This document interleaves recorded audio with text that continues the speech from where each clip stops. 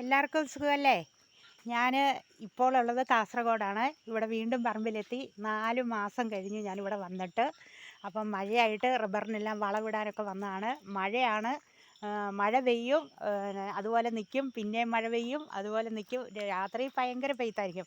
അപ്പോൾ 200 കുരുമുളകിൻ്റെ വള്ളി മൊത്തം ഇട്ടു. ഇത് മുഴുവൻ കുരുമുളക് വള്ളികൾ ഇട്ടതാണ്. പിന്നെ ഒരു സന്തോഷം കൂടെ ഉണ്ട്. ഞാൻ തൊടുപുഴ ഭാഗത്തുനിന്ന് 5 കുടംപുളിത്തൈ കൊണ്ടുവച്ചായിരുന്നു. അതും ഇപ്പം ഒരെണ്ണത്തെ മുട്ടിട്ടിട്ടുണ്ട്. എനിക്ക് ഒത്തിരി സന്തോഷമാണ്. നമ്മുടെ അധ്വാനം, ആരധ്വാനിച്ചാലും നമുക്ക് ആ അധ്വാനത്തിൻ്റെ ഫലം ദൈവം തരുമെന്നുള്ളത് സത്യമായ കാര്യമാണ്.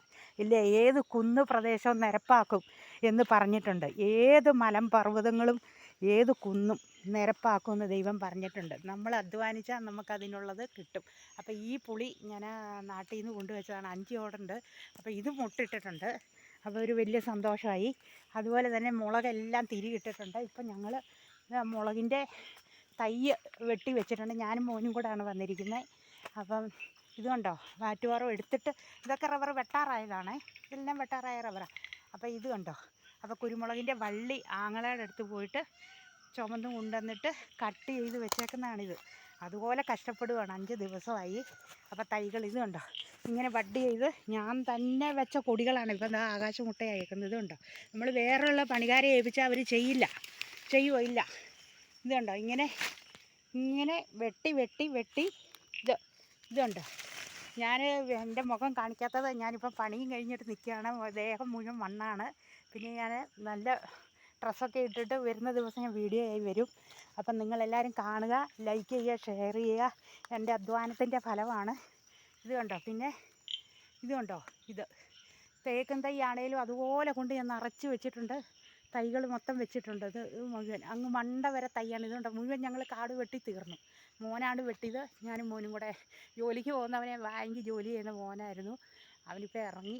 അപ്പം അവനെ കൊണ്ടുവന്നിട്ട് അവനെ കൊണ്ടാണിപ്പോൾ ഞാനും കൂടെ ഈ പണി മുഴുവൻ എടുത്തേക്കണ്ട. തൈ അങ്ങ് മണ്ട വരെ കാണത്തില്ലേ? അപ്പോൾ ഇതാണ് നമ്മുടെ അവസ്ഥ. കണ്ടോ എന്ത് രസമാണെന്ന് നോക്കി. പറമ്പ് ഇച്ചിരി കുന്നാണ്. കുന്ന് കയറി വന്നു കഴിഞ്ഞാൽ പിന്നെ നമ്മുടെ പറമ്പിലെത്തിയ നിരപ്പാണ്. ഇതിനോട് ചേർന്ന് പ്ലാന്റേഷനാണ് പോകുന്നത്. കണ്ടോ, ഇത് നിങ്ങൾ കണ്ടോ, ഇതാണ് ഭംഗി. കണ്ടോ, മുഴുവൻ കുരുമുളക് വള്ളി. അതുപോലെ തേക്ക് നിറച്ച് വെച്ചിട്ടുണ്ട്. പ്ലാവ് ഇഷ്ടം പോലെ. ചക്കയ്ക്ക് ഒരു പഞ്ഞവും ഇല്ലെന്ന് പറഞ്ഞ മാതിരിയാണ്.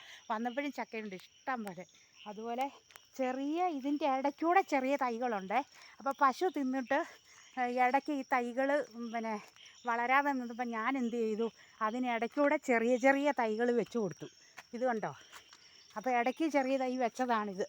അപ്പോൾ അതിന് വാറ്റുപാറം ചെത്താൻ വേണ്ടി ഇപ്പം ചെത്തി വെച്ചേക്കുന്നത്. അവിടെയൊക്കെ വാറ്റുപാറം വലിച്ചു കുറച്ച്. ഇതാണ് പറമ്പതാ, കണ്ടോളൂ ഇങ്ങനെ. അപ്പോൾ അത്രയും കഷ്ടപ്പാടുണ്ട്. അപ്പം നമ്മൾ എന്ത് ജോലിക്കും, ഞാൻ പറഞ്ഞല്ലോ ബ്യൂട്ടീഷ്യനാണ്. അതുപോലെ നമ്മൾ ജോലി ചെയ്യുന്നു.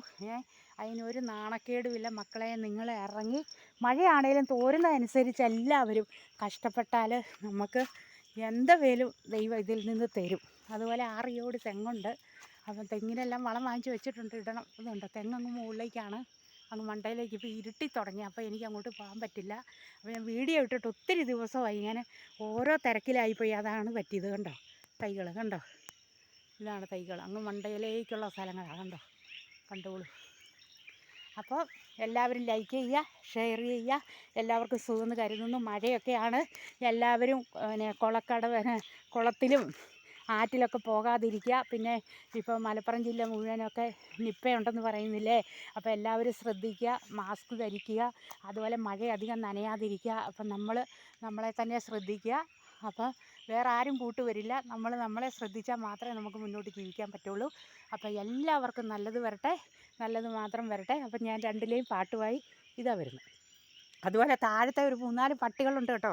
ഇത് ചെറിയ പട്ടിക്കുഞ്ഞാ. അത് എവിടെ ചെന്നാലും ഇത് കണ്ടോ, നമുക്ക് കൂട്ട് വന്നേക്കുന്നത്. അത് ഞങ്ങളുടെ അടുത്തുനിന്ന് പോകുന്നില്ല. ഇവിടെ ഉണ്ട്. എന്തേലും ഒരു അനക്കം കേട്ടാൽ അവൻ കിടന്ന് കുരയ്ക്കും. പൊന്നു വാ, പൊന്നു വാ, ഓടി വാ, പൊന്നു വാ. പൊന്നു ചോറ് തന്നല്ലേ? വാ, ഇവിടെ പോകല്ലേ കേട്ടാ. അപ്പം ഞാൻ പാട്ടുമായി ഇതാ വരുന്നു. പണ്ടൊരു കാട്ടിലൊരാൺ സിംഹം മതിച്ചു വാണിരുന്നു.